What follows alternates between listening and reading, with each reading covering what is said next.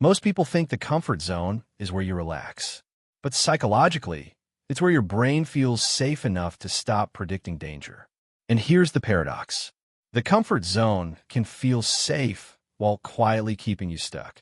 You can dislike your routine, feel bored, even feel unfulfilled, and still struggle to leave it. Not because you lack ambition, but because your brain values certainty over improvement. Growth requires uncertainty, and uncertainty is something your brain is wired to avoid. The comfort zone isn't a place. It's a neurological state. Your brain constantly predicts what will happen next. When predictions are accurate, your nervous system stays calm. Inside the comfort zone, outcomes are familiar. Effort is predictable. Emotional risk is low. Your brain doesn't need excitement. It needs control. Growth threatens that control. When you step outside the comfort zone, your brain detects uncertainty. And uncertainty activates the amygdala, your threat detector. Here's the problem. Your brain doesn't distinguish between physical danger and emotional risk. Public speaking, trying something new, changing identity, they trigger the same alarm system. So growth feels uncomfortable not because it's bad, but because your nervous system interprets it as unsafe. Your brain is an energy-saving machine. New behaviors require more attention, more decision-making, more self-regulation. That's expensive. Old routines run on autopilot. They conserve energy. So your brain resists growth not out of fear alone, but efficiency. Comfort zones are low-energy zones. Habits strengthen neural pathways through repetition. The more you repeat something, the easier it becomes. Growth requires weakening old pathways while building new ones. That process feels awkward, slow, and frustrating.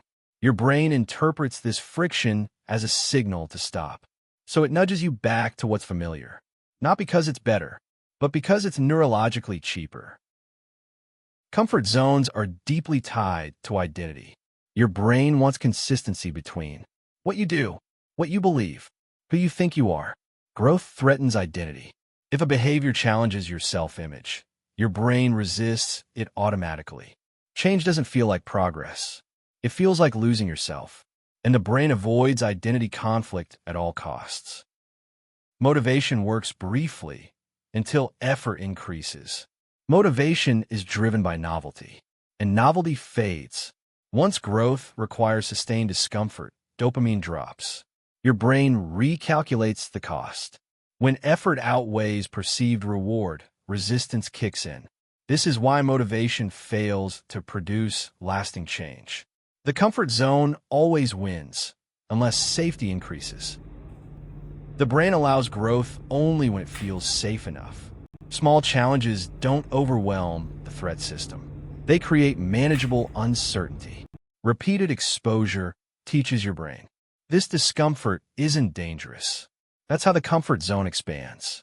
Not through force, through familiarity. Growth isn't about bravery. It's about nervous system training.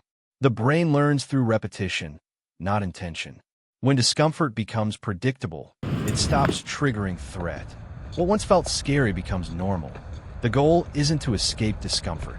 It's to teach your brain that discomfort is survivable. That's how confidence is built neurologically. Your comfort zone isn't the enemy. It's your brain trying to protect you. But protection becomes limitation when safety replaces growth. Once you understand that resistance is neurological, not personal, you stop fighting yourself. You work with your brain.